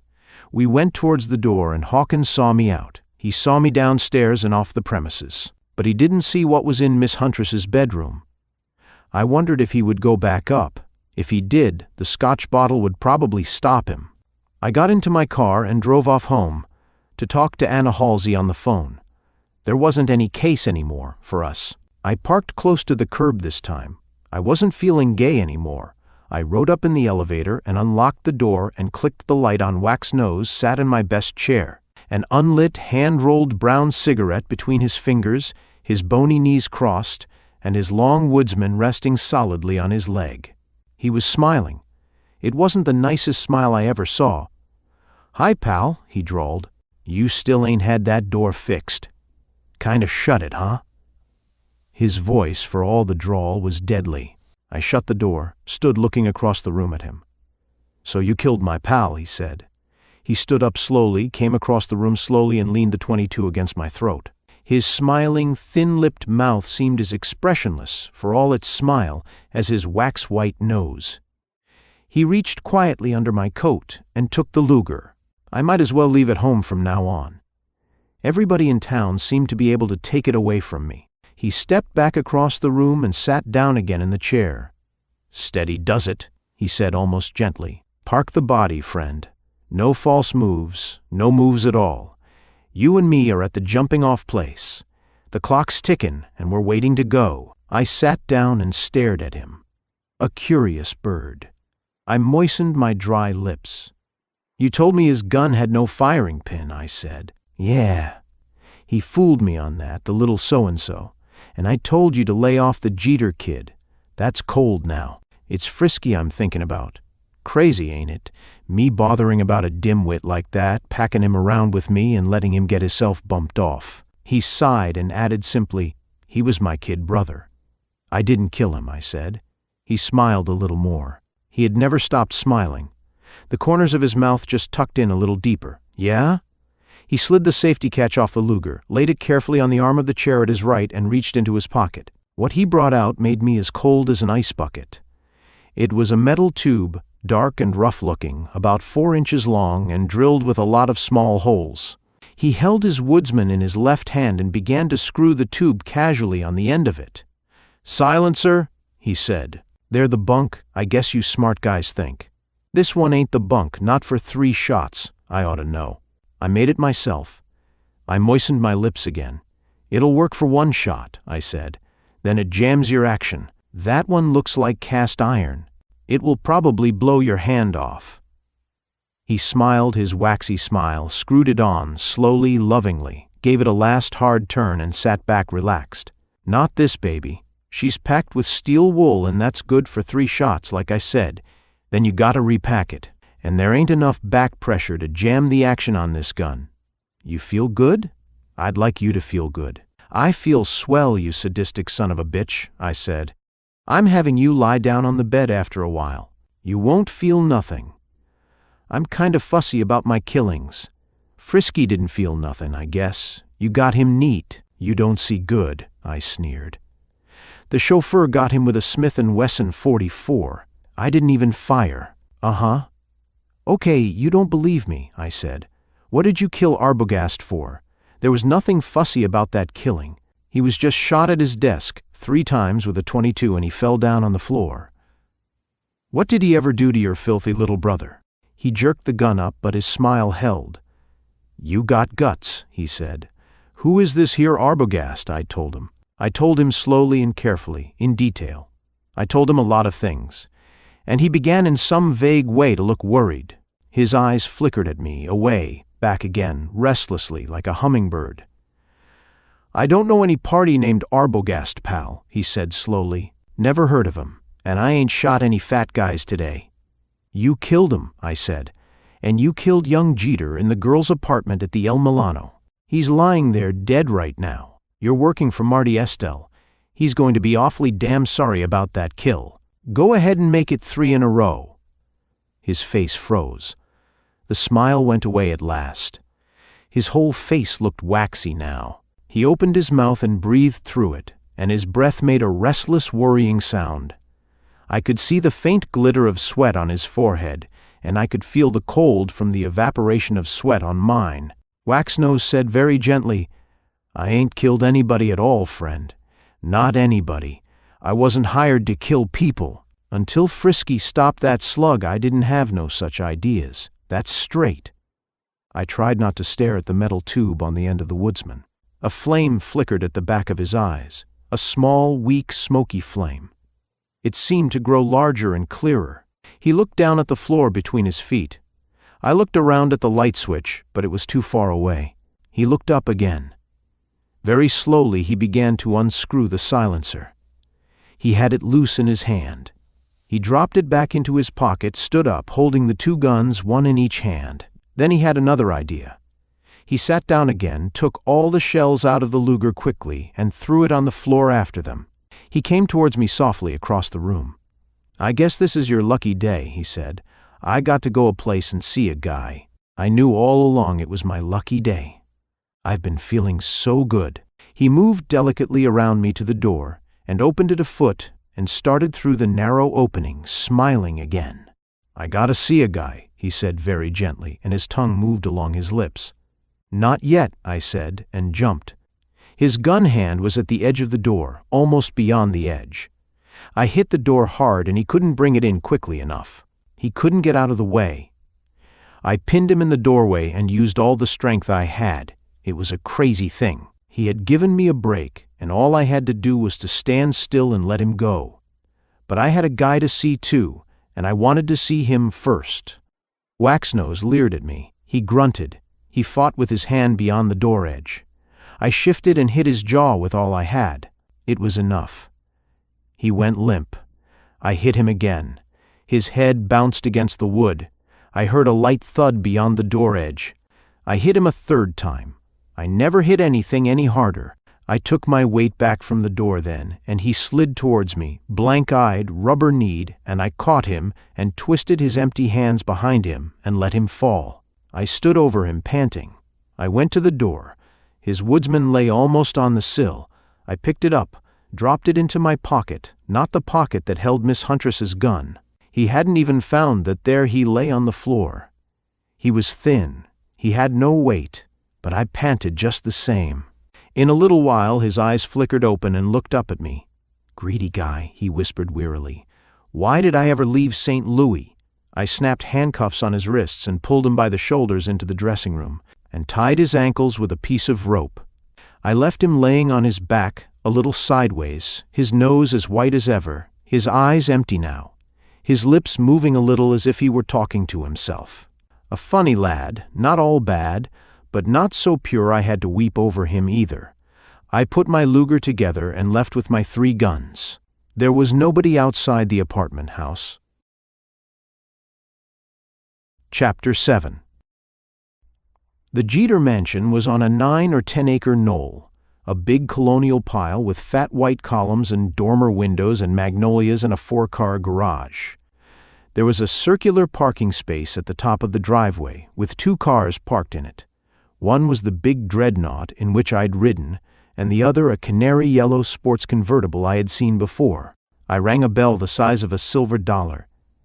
The door opened, and a tall, narrow, cold-eyed bird in dark clothes looked out at me. "Mr. Jeter home, Mr. Jeter, Sr. May I ask who is calling?" The accent was a little too thick, like cut Scotch. "Philip Marlowe. I'm working for him. Maybe I had ought to have gone to the servants' entrance." He hitched a finger at a wing collar and looked at me without pleasure. "Oh, possibly. You may step in. I shall inform Mr. Jeter. I believe he is engaged at the moment. Kindly wait here in the hall." "The act stinks," I said. "English butlers aren't dropping their H's this year." "Smart guy, huh?" he snarled, in a voice from not any farther across the Atlantic than Hoboken. "Wait here." He slid away. I sat down in a carved chair and felt thirsty. After a while, the butler came cat-footing back along the hall and jerked his chin at me unpleasantly. We went along a mile of hallway. At the end it broadened without any doors into a huge sunroom. On the far side of the sunroom, the butler opened a wide door and I stepped past him into an oval room with a black and silver oval rug, a black marble table in the middle of the rug, stiff high-backed carved chairs against the walls, a huge oval mirror with a rounded surface that made me look like a pygmy with water on the brain. And in the room, 3 people.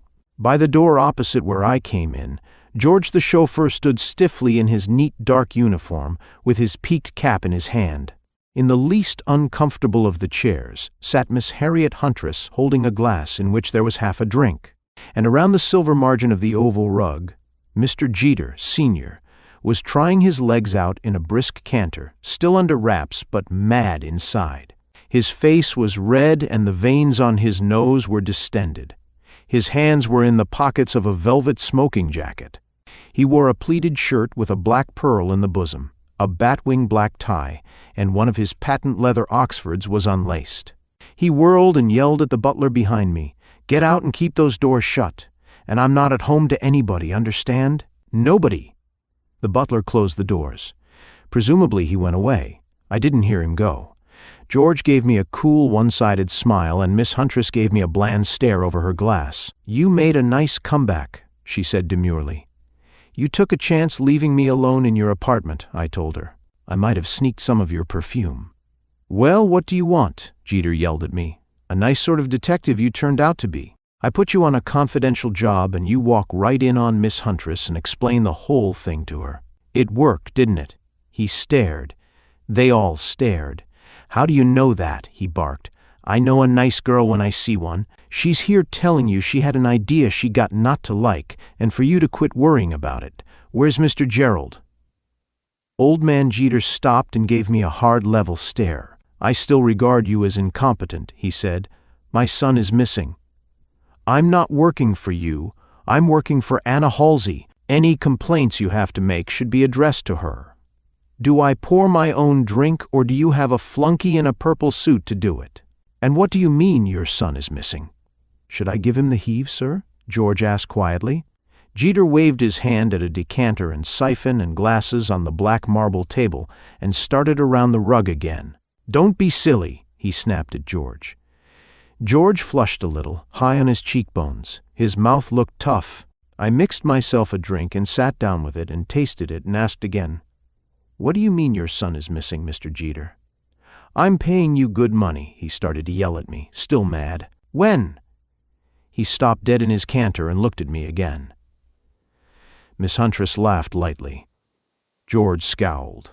"What do you suppose I mean my son is missing?" he snapped. "I should have thought that would be clear enough even to you. Nobody knows where he is. Miss Huntress doesn't know. I don't know. No one at any of the places where he might be knows. But I'm smarter than they are," I said. "You know." Nobody moved for a long minute. Jeter stared at me fish-eyed. George stared at me. The girl stared at me. She looked puzzled. The other 2 just stared. I looked at her. "Where did you go when you went out, if you're telling?" Her dark blue eyes were water clear. "There's no secret about it. We went out together, in a taxi. Gerald had had his driving license suspended for a month. Too many tickets. We went down towards the beach, and I had a change of heart, as you guessed. I decided I was just being a chiseler after all. I didn't want Gerald's money, really. What I wanted was revenge on Mr. Jeter here for ruining my father. Done all legally, of course, but done just the same. But I got myself in a spot where I couldn't have my revenge and not look like a cheap chiseler. So I told Gerald to find some other girl to play with. He was sore and we quarreled. I stopped the taxi and got out in Beverly Hills. He went on. I don't know where. Later I went back to the El Milano and got my car out of the garage and came here, to tell Mr. Jeter to forget the whole thing and not bother to sick sleuths on to me." "You say you went with him in a taxi," I said. "Why wasn't George driving him, if he couldn't drive himself?" I stared at her, but I wasn't talking to her. Jeter answered me frostily. "George drove me home from the office, of course. At that time, Gerald had already gone out. Is there anything important about that?" I turned to him. "Yeah. There's going to be. Mr. Gerald is at the El Milano. Hawkins, the house dick, told me. He went back there to wait for Miss Huntress, and Hawkins let him into her apartment. Hawkins will do you those little favors for $10. He may be there still and he may not. I kept on watching them. It was hard to watch all three of them, but they didn't move. They just looked at me. "Well, I'm glad to hear it," Old Man Jeter said. "I was afraid he was off somewhere getting drunk." "No, he's not off anywhere getting drunk," I said. "By the way, among these places you called to see if he was there, you didn't call the El Milano?" George nodded. "Yes, I did. They said he wasn't there. Looks like this housekeeper tipped the phone girl off not to say anything. He wouldn't have to do that. She'd just ring the apartment and he wouldn't answer, naturally." I watched Old Man Jeter hard then, with a lot of interest. It was going to be hard for him to take that up, but he was going to have to do it. He did. He licked his lips first. "Why, naturally, if I may ask," he said coldly. I put my glass down on the marble table and stood against the wall, with my hands hanging free. I still tried to watch them, all three of them. "Let's go back over this thing a little," I said. "We're all wise to the situation. I know George is, although he shouldn't be, being just a servant. I know Miss Huntress is. And of course you are, Mr. Jeter. So let's see what we have got. We have a lot of things that don't add up, but I'm smart. I'm going to add them up anyhow. First off, a handful of photostats of notes from Marty Estelle. Gerald denies having given these, and Mr. Jeter won't pay them, but he has a handwriting man named Arbogast check the signatures to see if they look genuine. They do. They are. This Arbogast may have done other things. I don't know. I couldn't ask him.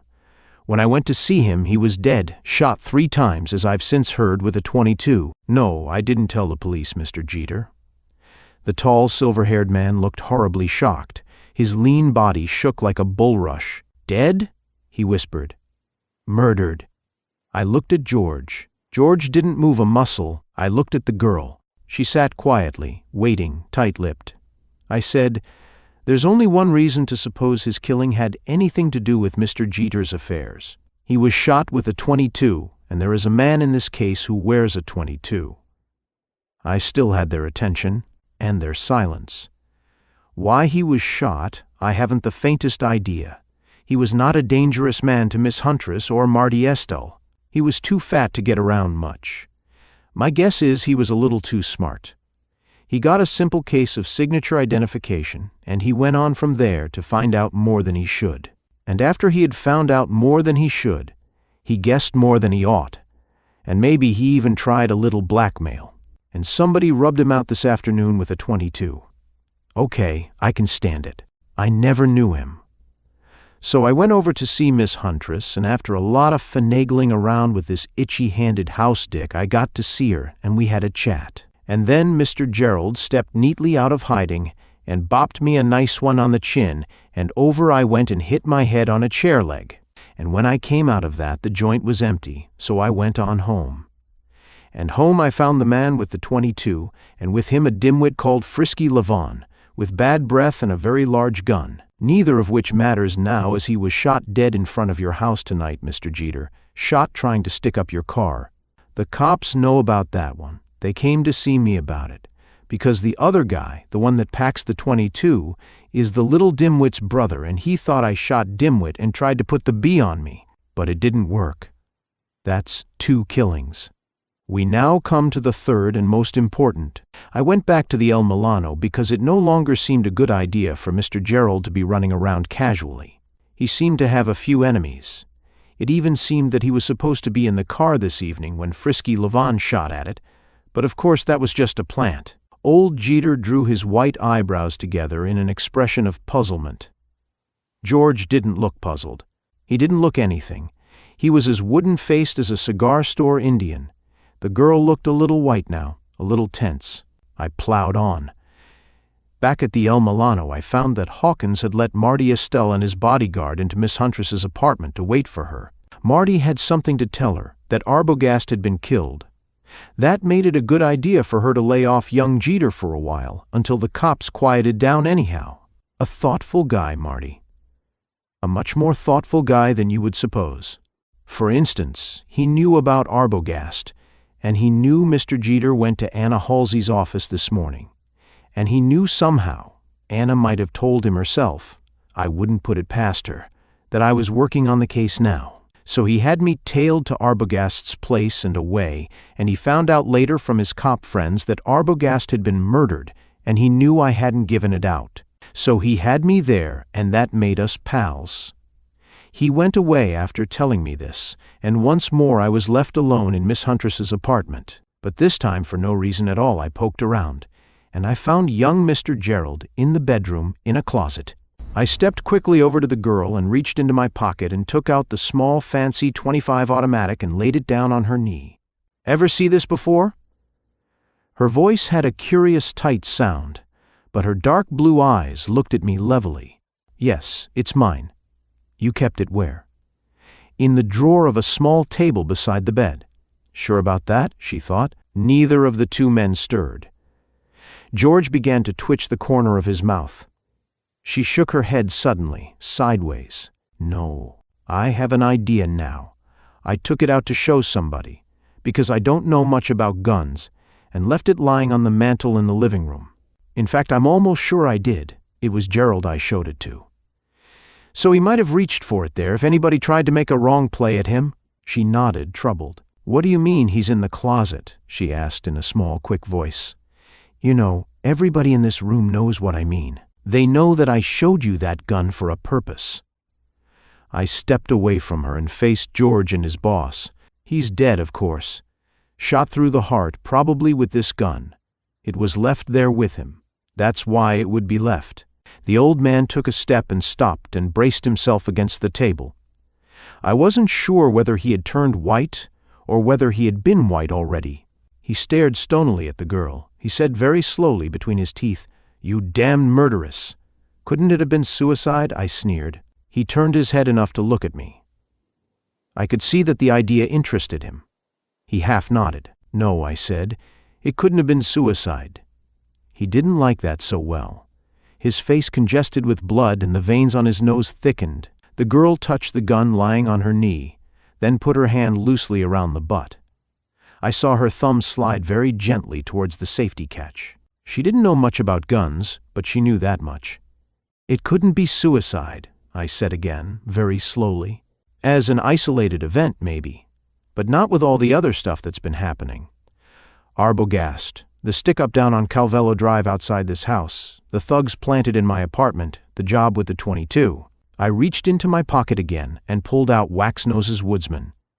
I held it carelessly on the flat of my left hand. And curiously enough, I don't think it was this .22, although this happens to be the gunman's .22. Yeah, I have the gunman too. He's tied up in my apartment. He came back to knock me off, but I talked him out of it. I'm a swell talker. Except that you overdo it, the girl said coolly, and lifted the gun a little. It's obvious who killed him, Miss Huntress, I said. It's simply a matter of motive and opportunity. Marty Estelle didn't have it done. That would spoil his chances to get his 50 grand. Frisky Levon's pal didn't, regardless of who he was working for. And I don't think he was working for Marty Estelle. He couldn't have got into the El Milano to do the job, and certainly not into Miss Huntress's apartment. Whoever did it had something to gain by it, and an opportunity to get to the place where it was done. Well, who had something to gain? Gerald had $5 million coming to him in 2 years out of a trust fund. He couldn't will it until he got it. So if he died, his natural heir got it. Who's his natural heir? You'd be surprised. Did you know that in the state of California and some others, but not in all, a man can by his own act become a natural heir? Just by adopting somebody who has money and no heirs. George moved then. His movement was once more as smooth as a ripple of water. The Smith & Wesson gleamed dully in his hand, but he didn't fire it. The small automatic in the girl's hand cracked. Blood spurted from George's brown, hard hand. The Smith & Wesson dropped to the floor. He cursed. She didn't know much about guns, not very much. Of course, she said grimly. George could get into the apartment without any trouble if Gerald was there. He would go in through the garage, a chauffeur in uniform, ride up in the elevator, and knock at the door. And when Gerald opened it, George would back him in with that Smith & Wesson. But how did he know Gerald was there? I said, "He must have followed your taxi. We don't know where he has been all evening since he left me. He had a car with him. The cops will find out. How much was in it for you, George?" George held his right wrist with his left hand, held it tightly, and his face was twisted, savage. He said nothing. George would back him in with the Smith & Wesson, the girl said wearily. Then he would see my gun on the mantelpiece. That would be better. He would use that. He would back Gerald into the bedroom, away from the corridor, into the closet, and there, quietly, calmly, he would kill him and drop the gun on the floor. George killed Arbogast, too. He killed him with a .22 because he knew that Frisky Levon's brother had a .22. And he knew that because he had hired Frisky and his brother to put over a big scare on Gerald, so that when he was murdered, it would look as if Marty Estelle had had it done. That was why I was brought out here tonight in the Jeter car, so that the two thugs who had been warned and planted could pull their act and maybe knock me off, if I got too tough. Only George likes to kill people. He made a neat shot at Frisky. He hit him in the face. It was so good a shot, I think he meant it to be a miss. How about it, George? Silence. I looked at old Jeter at last. I had been expecting him to pull a gun himself, but he hadn't. He just stood there, open-mouthed, appalled, leaning against the black marble table, shaking. "My God," he whispered. "My God. You don't have one except money." A door squeaked behind me. I whirled, but I needn't have bothered. A hard voice, about as English as Amos and Andy, said, "Put 'em up, bud." The butler, the very English butler, stood there in the doorway, a gun in his hand, tight-lipped. The girl turned her wrist and shot him just kind of casually, in the shoulder or something. He squealed like a stuck pig. "Go away, you're intruding," she said coldly. He ran. We heard his steps running. "He's going to fall," she said. I was wearing my Luger in my right hand now, a little late in the season as usual. I came around with it. Old man Jeter was holding on to the table, his face gray as a paving block. His knees were giving. George stood cynically, holding a handkerchief around his bleeding wrist, watching him. "Let him fall," I said. "Down is where he belongs." He fell. His head twisted, his mouth went slack, he hit the carpet on his side, and rolled a little, and his knees came up. His mouth drooled a little. His skin turned violet. "Go call the law, Angel," I said. "I'll watch them now." "All right," she said, standing up, "but you certainly need a lot of help in your private detecting business, Mr. Marlowe." Chapter 8. I'd been in there for a solid hour, alone. There was the scarred desk in the middle, another against the wall, a brass spittoon on a mat, a police loudspeaker box on the wall, 3 squashed flies, a smell of cold cigars and old clothes. There were 2 hard armchairs with felt pads and 2 hard straight chairs without pads. The electric light fixture had been dusted about Coolidge's first term. The door opened with a jerk, and Finlayson and Siebold came in. Siebold looked as spruce and nasty as ever, but Finlayson looked older, more worn, mousier. He held a sheaf of papers in his hand. He sat down across the desk from me and gave me a hard, bleak stare. "Guys like you get in a lot of trouble," Finlayson said sourly. Siebold sat down against the wall and tilted his hat over his eyes and yawned and looked at his new stainless steel wristwatch. "Trouble is my business," I said. "How else would I make a nickel?" "We ought to throw you in the can for all this cover-up stuff. How much you making on this one?" "I was working for Anna Halsey, who was working for old man Jeter. I guess I made a bad debt." Siebold smiled his blackjack smile at me. Finlayson lit a cigar and licked at a tear on the side of it and pasted it down, but it leaked smoke just the same when he drew on it. He pushed papers across the desk at me. "Sign 3 copies." I signed 3 copies. He took them back, yawned and rumpled his old gray head. "The old man's had a stroke," he said. "No dice there. Probably won't know what time it is when he comes out. This George Hasterman, this chauffeur guy, he just laughs at us. Too bad he got pinked. I'd like to wrestle him a bit. He's tough," I said. "Yeah, okay, you can beat it for now." I got up and nodded to them and went to the door. "Well, good night, boys." Neither of them spoke to me. I went out, along the corridor and down in the night elevator to the City Hall lobby. I went out the Spring Street side and down the long flight of empty steps, and the wind blew cold. I lit a cigarette at the bottom. My car was still out at the Jeter place. I lifted a foot to start walking to a taxi half a block down across the street. A voice spoke sharply from a parked car. "Come here a minute." It was a man's voice, tight, hard. It was Marty Estell's voice. It came from a big sedan with two men in the front seat. I went over there. The rear window was down and Marty Estell leaned a gloved hand on it. "Get in." He pushed the door open. I got in. I was too tired to argue. "Take it away, Skin." The car drove west through dark, almost quiet streets, almost clean streets. The night air was not pure, but it was cool. We went up over a hill and began to pick up speed. "What they get?" Estelle asked coolly. "They didn't tell me. They didn't break the chauffeur yet." "You can't convict a couple $1,000,000 of murder in this man's town." The driver called Skin laughed without turning his head. "Maybe I don't even touch my 50 grand now. She likes you."